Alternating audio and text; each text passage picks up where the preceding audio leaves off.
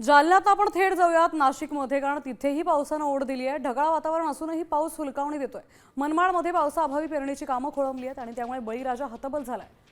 पण पाहतोय मुंबई कोकण परिसरात प्रचंड प्रमाणात पाऊस पडतोय, मात्र खान्देश पट्टा हा पावसाअभावी आता चिंतेत सापडलाय।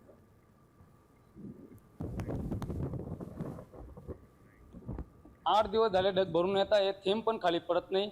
पुरी आमची निराशा झाली आहे, व्यर्थ खर्च पण वाया गेलेला आहे।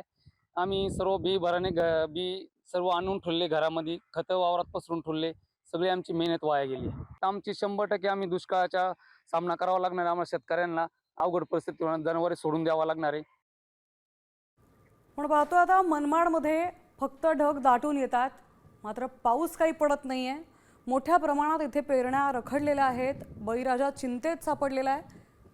संपूर्ण खान्देश पट्टा आणि मराठवाड्यातला काही भाग इथे पाऊसच झालेला नाहीये।